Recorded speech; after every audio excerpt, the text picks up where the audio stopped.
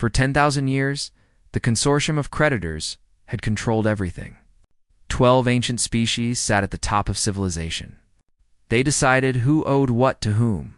They decided who was worthy and who was not. And they had never been wrong. At least, that is what they believed. When a species made first contact, the consortium would study them. They would look at their technology, their resources, their potential. Then they would assign a number. This number was called a civilization debt. It was the price a species had to pay for being allowed to exist in civilized space. The debt was never fair. It was never meant to be paid. Species who could not pay became servants. They worked in dangerous mines. They fought wars for their masters. They cleaned and built and died so that the 12 ruling species could live in comfort. This system had worked perfectly for 100 centuries. Then humanity arrived. The first human ship to reach consortium space was small. It carried diplomats, scientists, and one woman who would change everything. Her name was Alina Vasquez, and she was Earth's ambassador to the stars.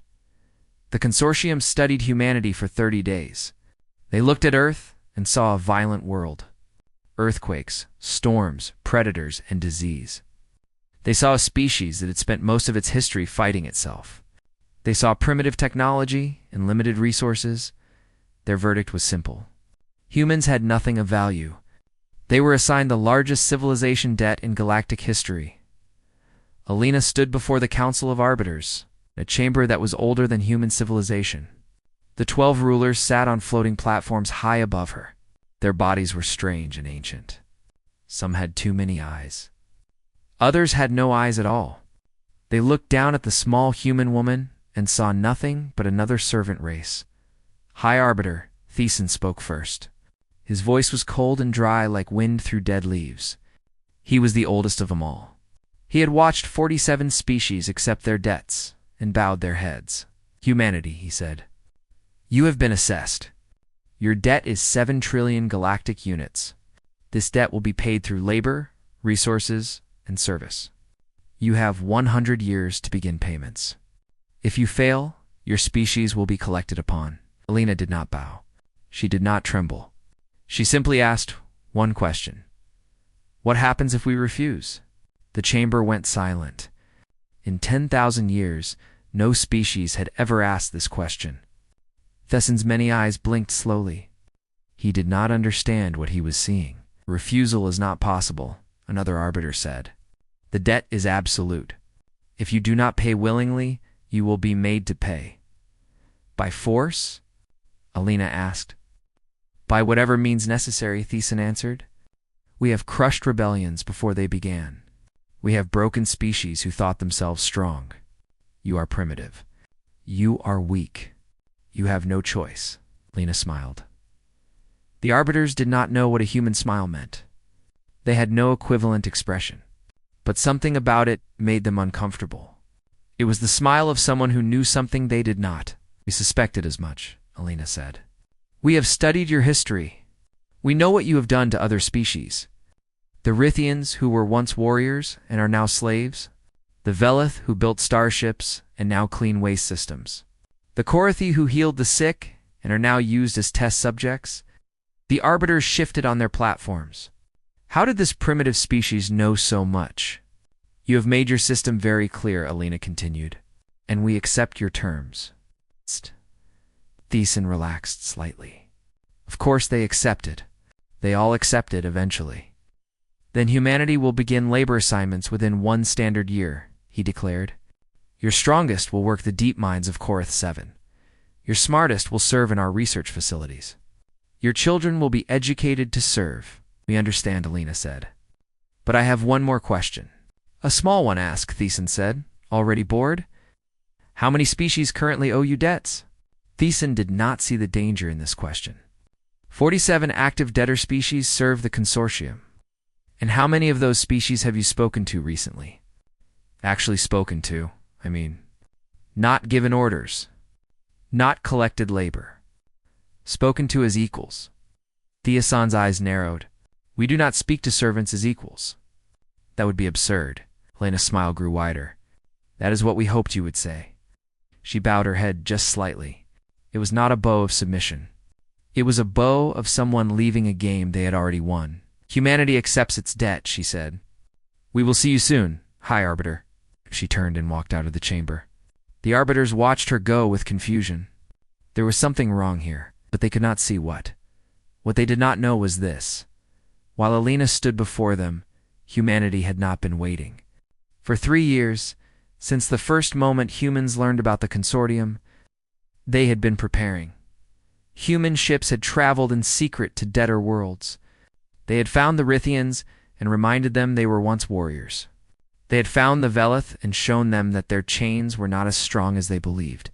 They had found the Korathi and whispered a word they had not heard in generations. Freedom Alina boarded her ship and left consortium space. Her captain, a young man named Marcus Chen, was waiting for her. How did it go? He asked. Exactly as we expected, Alina said. They see nothing but another servant race. They have no idea what is coming, and the coalition. Alina looked out at the stars.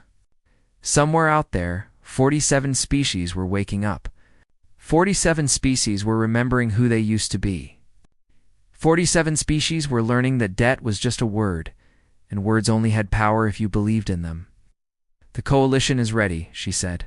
The consortium has spent 10,000 years collecting debts. Now it is time for them to pay what they owe. Marcus nodded slowly. They have the largest fleet in the galaxy.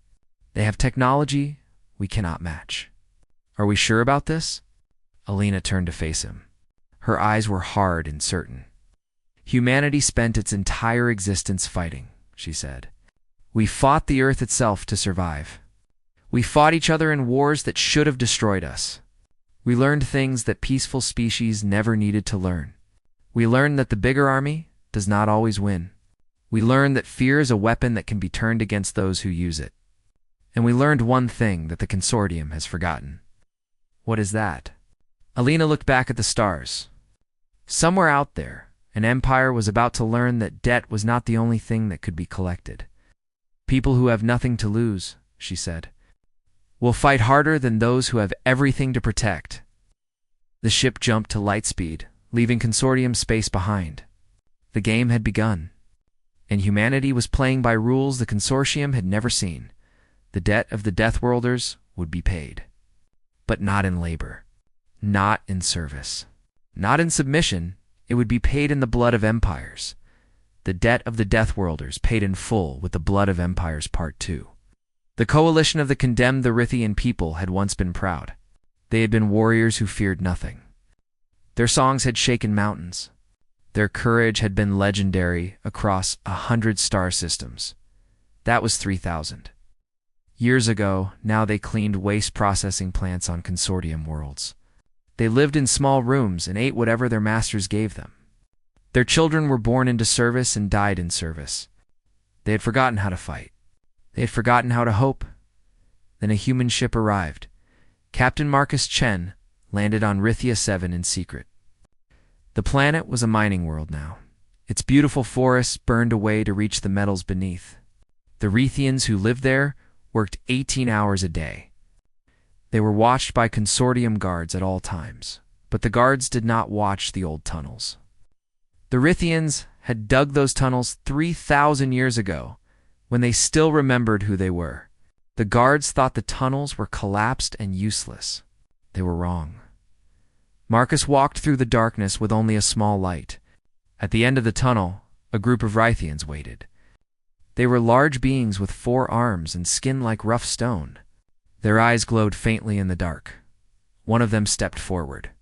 She was old, her skin cracked and gray, but her eyes still held fire.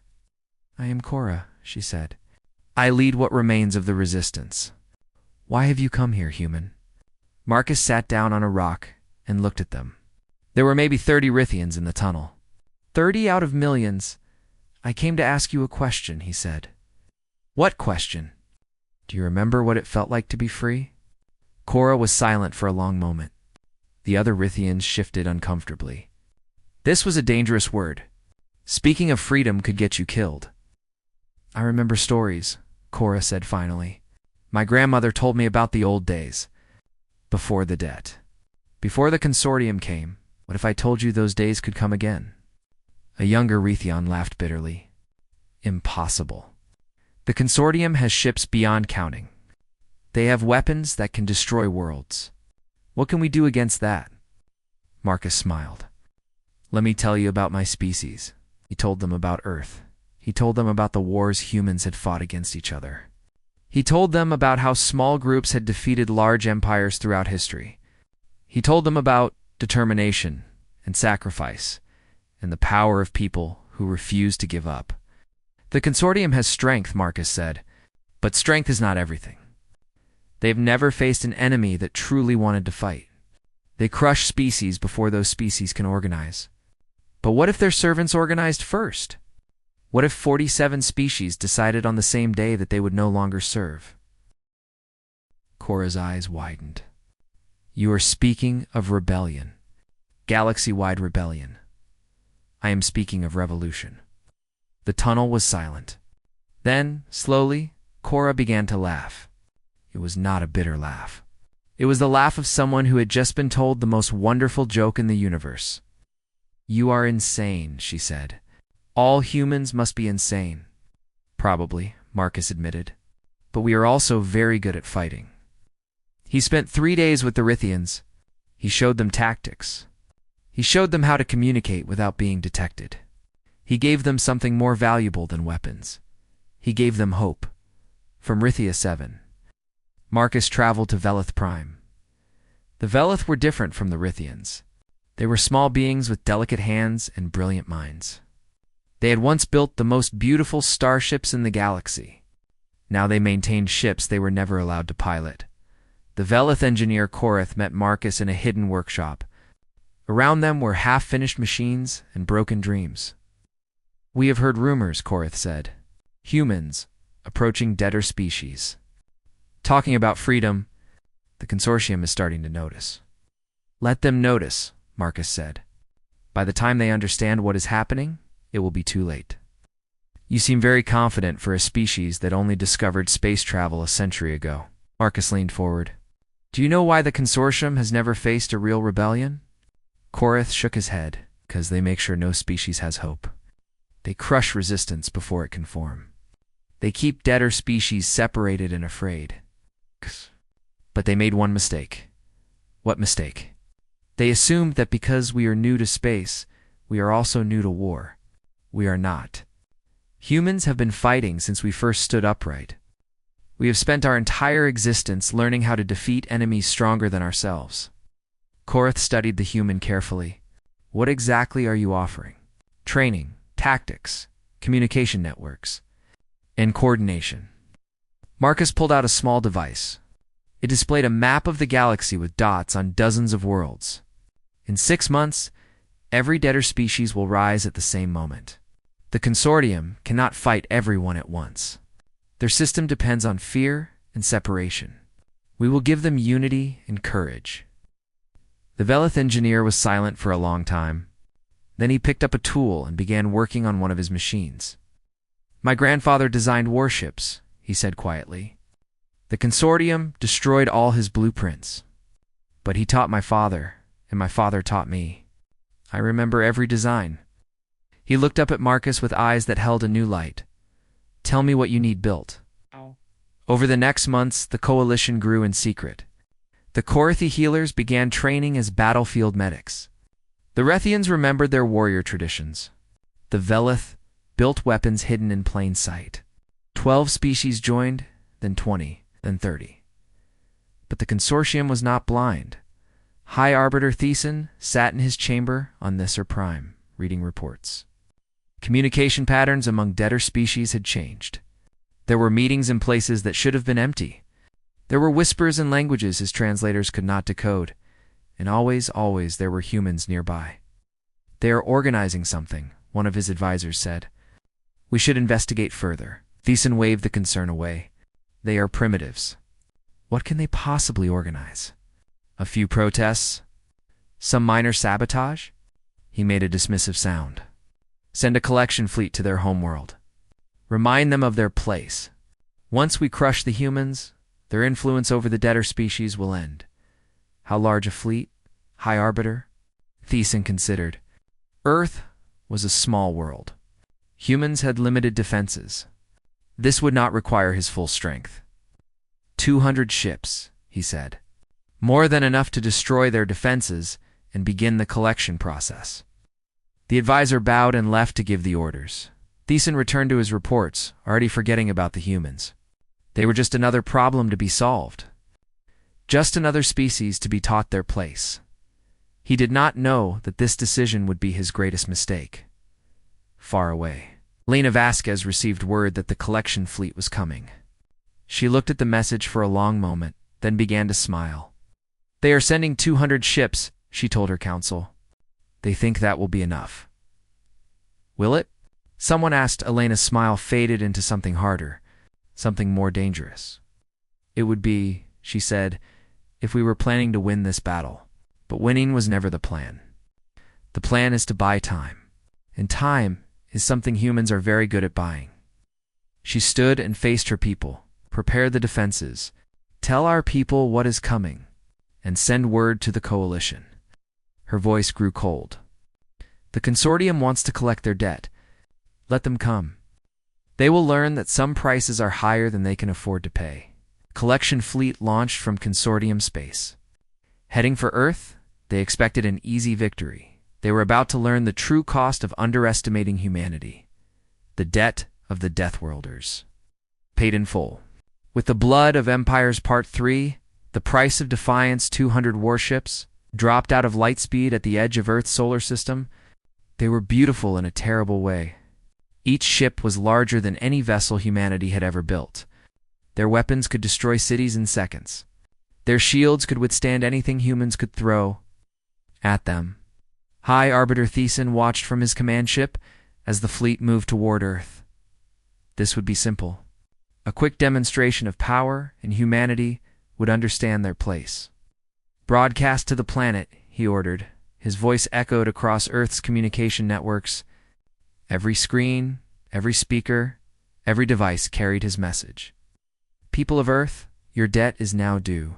You will surrender your planet, your resources, and your futures to the consortium. Resistance is not possible. Cooperation will make your servitude less painful. You have 1 hour to respond. He leaned back and waited. In his 10,000 years of life, he had delivered this message to countless species. They always surrendered. They always begged. They always learned. The hour passed. No response came. Thiessen frowned. Move the fleet into attack position. If they will not surrender, we will take what we are owed. The consortium fleet advanced. Scanners showed Earth's defenses. A few dozen small ships, some orbital stations, ground-based weapons. Nothing that could challenge. True warships. Then the asteroids began to explode. The asteroid belt between Mars and Jupiter had always been considered worthless debris. The consortium had not looked closely at it. They should have. Human engineers had spent 3 years hollowing out hundreds of asteroids. They had filled them with missiles, bombs, and automated weapons. When the consortium fleet passed through, hell opened up around them. 40 ships died in the first wave. Explosions lit up the darkness of space like new stars being born. Consortium captains screamed orders as their formations broke apart. What is happening? Thiessen demanded. Before anyone could answer, more chaos erupted. Civilian cargo ships that had been traveling through the system suddenly changed course. They were not cargo ships at all. They were bombs, massive bombs, heading straight for consortium vessels. 20 more ships vanished in fire. This is impossible, an advisor whispered. They are primitives. They cannot do this. But they were doing it. Earth had not prepared for a battle it could win. It had prepared for a battle that would cost the enemy everything. Admiral Yuki. Tanaka commanded the human defense from the orbital station above Earth. She was 60 years old and had spent her entire life preparing for war. Not this war, exactly. She had expected to fight other humans. But war was war, and the principles remained the same. Launch the second wave, she ordered calmly. Target their command ships. The dark side of Earth's moon lit up with weapons fire. Hidden platforms that had been built in secret over years suddenly revealed themselves. Consortium ships that had survived the asteroid field now faced attack from another direction. Thiessen watched his fleet, dying, and felt something he had not felt in centuries: fear. "Full assault," he commanded. "Destroy everything. Destroy the planet itself if necessary." The remaining consortium ships pushed forward with desperate fury. They were still more than 100 strong. They began bombarding Earth's orbital defenses with everything they had. Admiral Tanaka watched her stations die one by one. She watched brave men and women sacrifice themselves too, by just a few more minutes. She felt each loss like a wound in her own heart, but she did not retreat. She could not retreat. Every minute she held was another minute for the coalition to prepare. "Admiral," her communications officer said, "we have lost 60% of orbital defenses. The enemy is approaching weapons range of the surface." Tanaka nodded slowly. "Order all remaining ships to close-range engagement. Make them pay for every kilometer."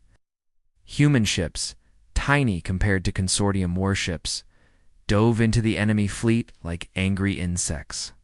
They could not destroy the larger ships, but they could damage them. They could slow them. They could die, making the enemy bleed. The battle lasted 6 days by the end. Earth's orbital infrastructure was devastated. Millions of people on the surface had died from bombardment that broke through the defenses. The human fleet existed only in pieces, but the consortium fleet had been mauled. 140 ships were destroyed. The remaining 60 were damaged, some barely able to function.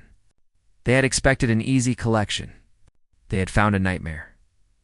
Thiessen finally achieved stable orbit over Earth. His flagship was scarred and burned. He had lost more ships in 6 days than the consortium had lost in 300 years. "Broadcast to the surface," he said. His voice was no longer calm. It was filled with rage. "You have fought well, humans, but it is over.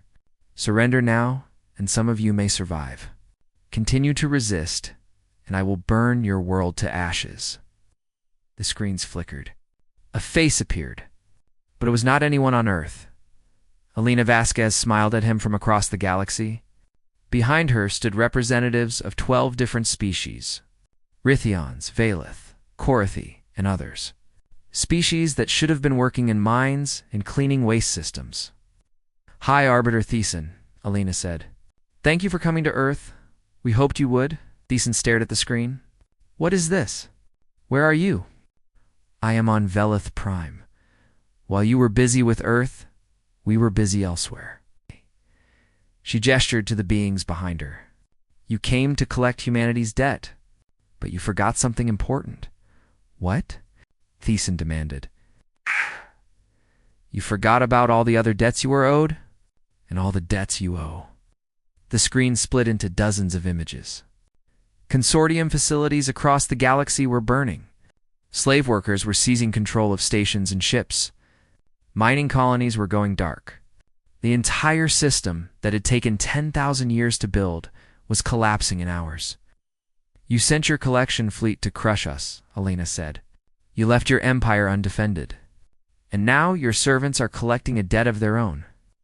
The San's advisors were screaming reports at him. Rebellions on 40 worlds. Consortium officials captured or killed. Communication networks compromised. The entire debtor species workforce had risen at once, and there was no one left to stop them. "This is not possible," Thiessen whispered. "You've taught the galaxy that debt must be paid," Elena replied. "You just never expected to be the one paying. The debt system is over, High Arbiter, and now you owe us." The transmission ended. Thiessen stood in silence as his empire burned around him. He had come to collect a simple debt from a primitive species. He had found something far worse. He had found humanity, and humanity had brought the entire galaxy with them. "Set course for Thesser Prime," he ordered quietly. Maximum speed. He would return to the homeworld. He would gather what forces remained, and he would make these primitives pay for what they had done. But as his damaged fleet limped away from Earth, Thiessen felt something he had never felt before: doubt. These humans had fought like no species he had ever seen. They had sacrificed everything just to buy time. What kind of species did that? What kind of species threw away their own lives just for a chance at freedom? He did not understand, and that, more than anything, terrified him. Behind him, Earth burned but did not break. Its people looked up at the sky and knew that their sacrifice had meant something. The coalition was rising. The consortium was falling. The debt of the Deathworlders was being paid, and the price was higher than anyone had ever imagined. The debt of the Deathworlders, paid in full.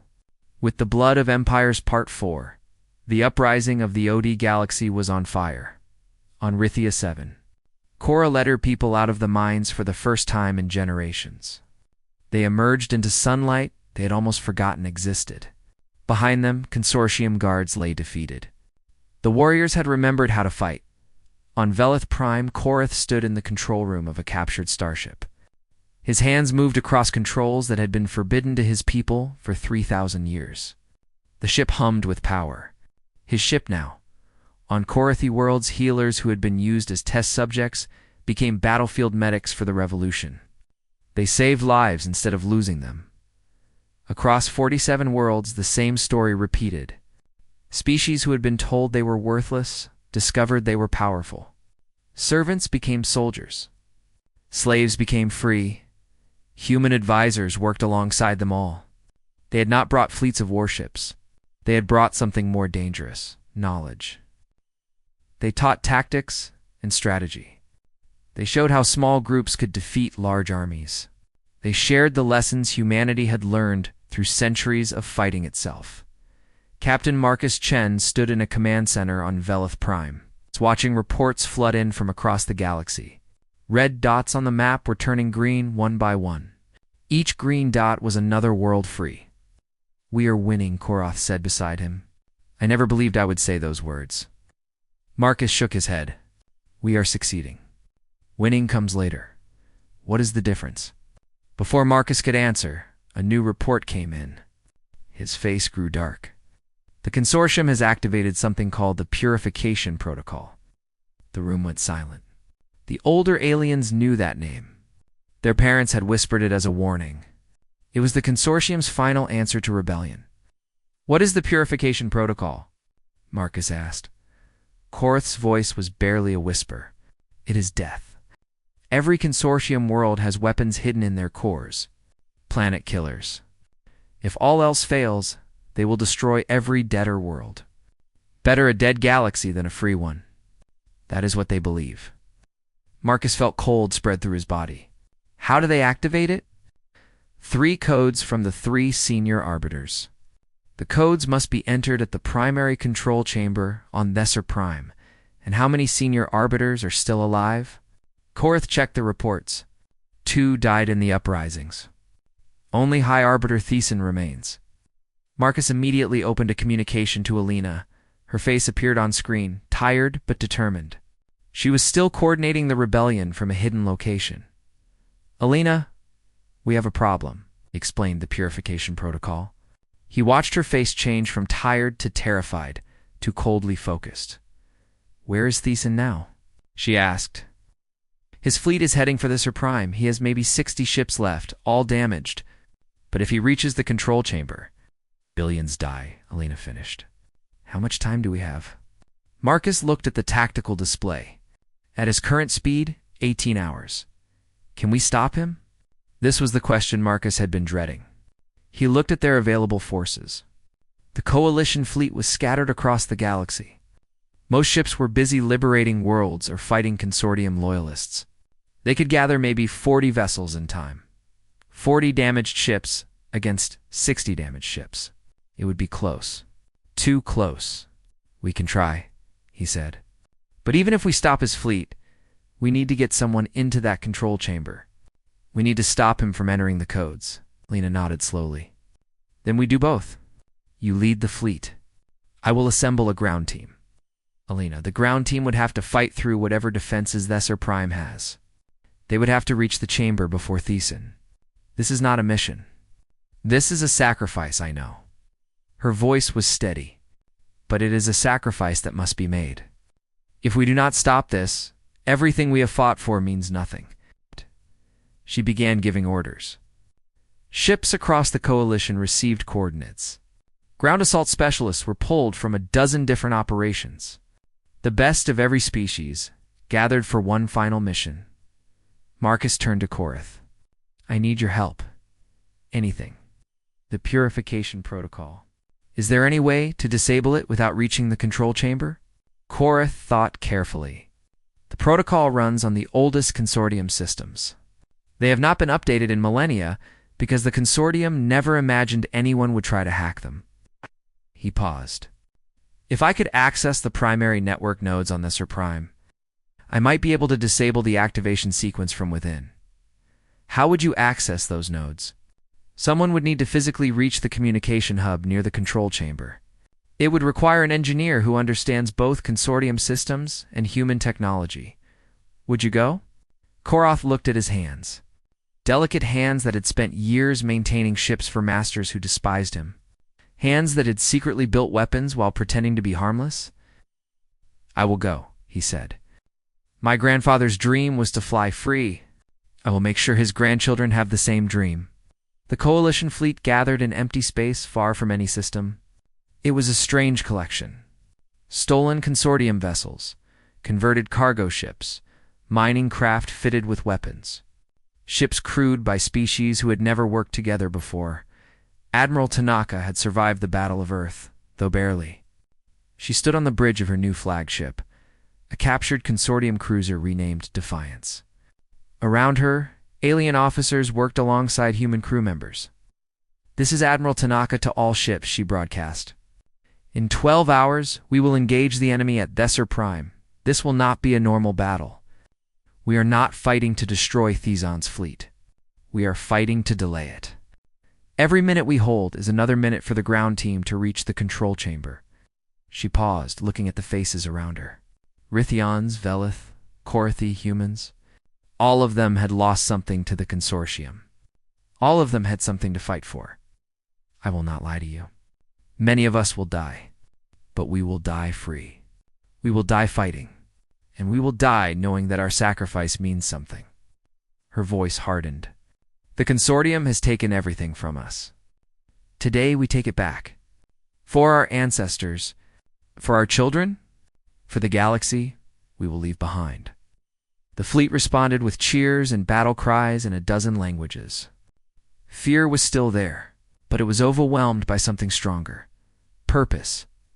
On a transport heading for Thesser Prime. Marcus checked his weapons. Around him sat warriors from 6 different species. Cora was there, her stone skin covered in battle markings.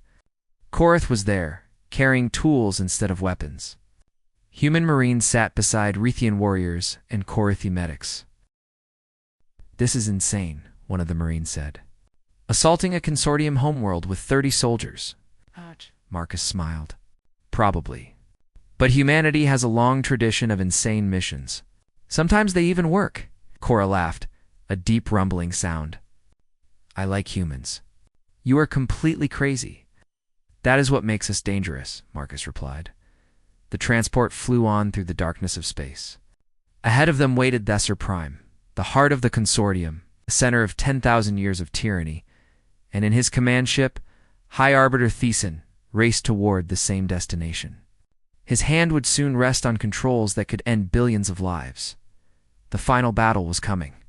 The debt would be paid in full, one way or another. The galaxy would never be the same. The debt of the Deathworlders. Paid in full with the blood of empires. Part 5. Paid in full. Thesser Prime was beautiful in the way that monuments to power are always beautiful. Giant towers reached toward the sky. Ancient structures spoke of wealth and dominance that had lasted for millennia. The planet had never known war. It had never needed to dot today. War came to Thesser Prime. The Coalition fleet dropped out of lightspeed directly in the path of Theson's forces. Admiral Tanaka stood on the bridge of the Defiance, watching the enemy ships grow larger on her screens. All ships attack formation Delta, she ordered. Remember, we do not need to win. We just need to hold. The two fleets crashed together in a storm of fire and light. Consortium ships were larger and more powerful, but they were damaged, and their crews were afraid. Coalition ships were smaller and weaker, but they were crewed by beings who had nothing left to lose. The Defiance led the charge. Tanaka had positioned her ship directly in the path of Theson's command vessel.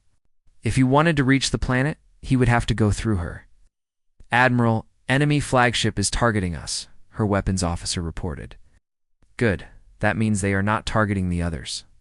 All power to forward shields. Return fire." Ow. The space battle became chaos. Ships exploded on both sides. Debris filled the void between stars. But the coalition held. Every time Theson tried to break through, another ship moved to block him, on the surface below. Marcus Chen and his team landed in a restricted zone near the control chamber.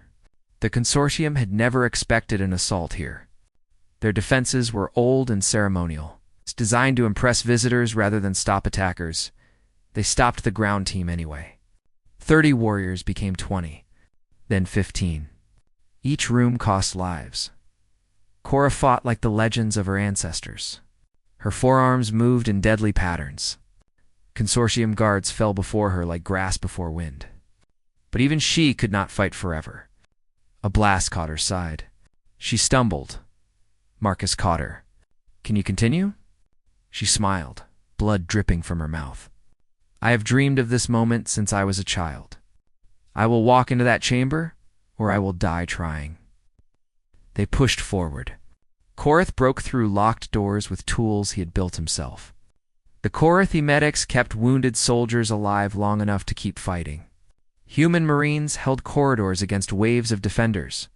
Finally, they reached the control chamber. It was enormous. Ancient pillars held up a ceiling that seemed to touch the heavens. In the center stood a console that was older than most civilizations. This was where the consortium's founders had first declared themselves, rulers of the galaxy. And standing at that console was High Arbiter Theson. He was alone. His guards had fallen to the ground team. His fleet was dying in space above. But he stood tall and terrible, his many eyes focused on the intruders. "You are too late," he said. His voice echoed through the chamber.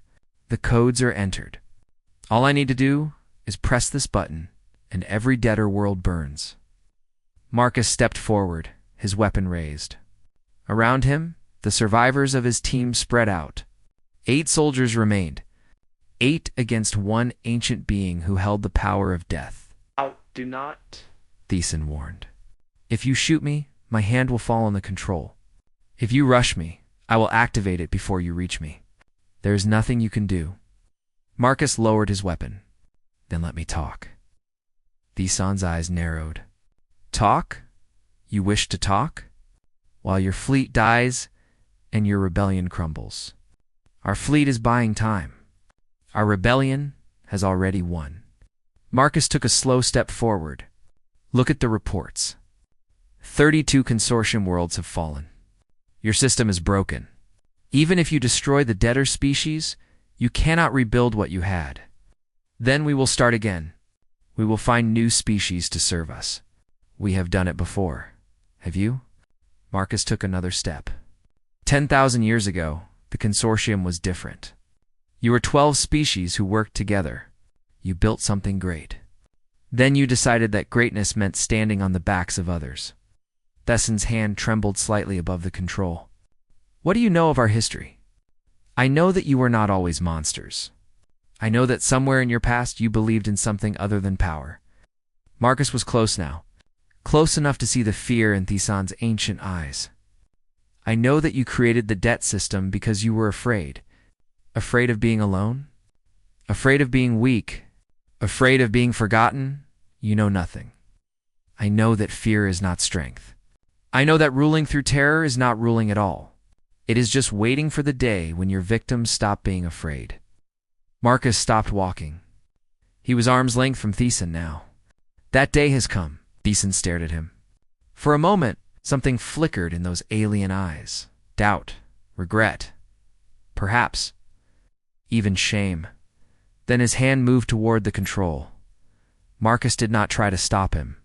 Instead, Korath's voice rang out from the side of the chamber. "High Arbiter, The purification protocol has been disabled. Thiessen froze. What? Korath stood at a secondary console, his tools connected to ancient systems. While you were talking, I was working.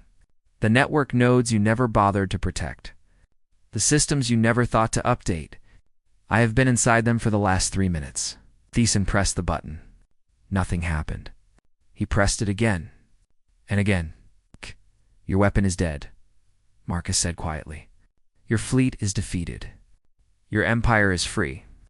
He reached out and gently pushed Thesson's hand away from the useless console. It is over. The ancient arbiter crumpled. Not from violence. From something worse. From the complete destruction of everything he had built and believed in. What will you do with me? He asked. Marcus looked at Cora, at the Velith, at the Korathi, at all the species who had suffered under consortium rule. He expected to see hatred in their eyes. Instead, he saw something else. Exhaustion, relief, and perhaps the beginning of mercy. We will do what you never did, Marcus said. We will let you live. You will see the galaxy change. You will see the species you enslaved become your equals. And you will spend the rest of your life knowing that everything you built was wrong. 2 hours later, Alina Vasquez broadcast to the entire galaxy. Behind her stood representatives of 53 species, including members of the former consortium ruling races who had surrendered. The war is over, she announced.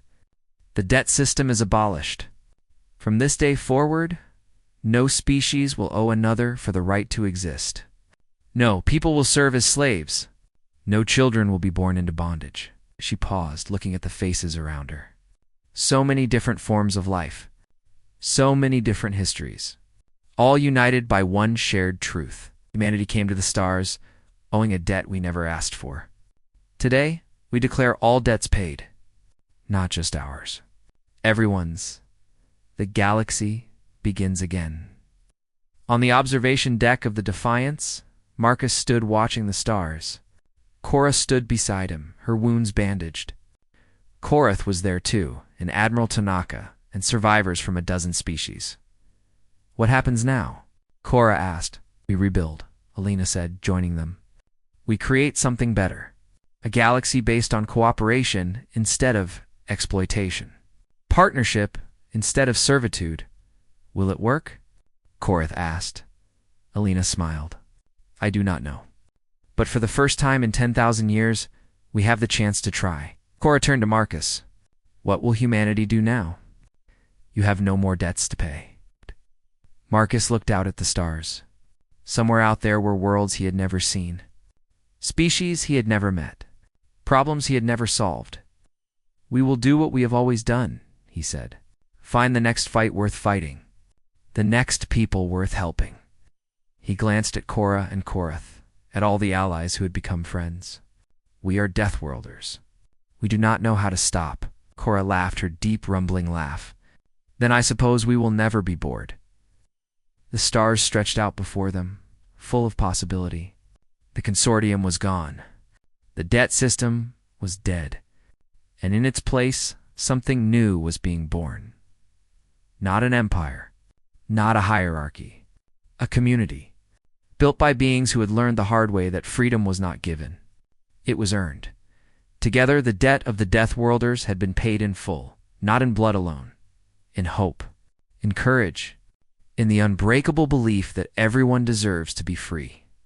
And somewhere in the vastness of space, the next adventure was waiting.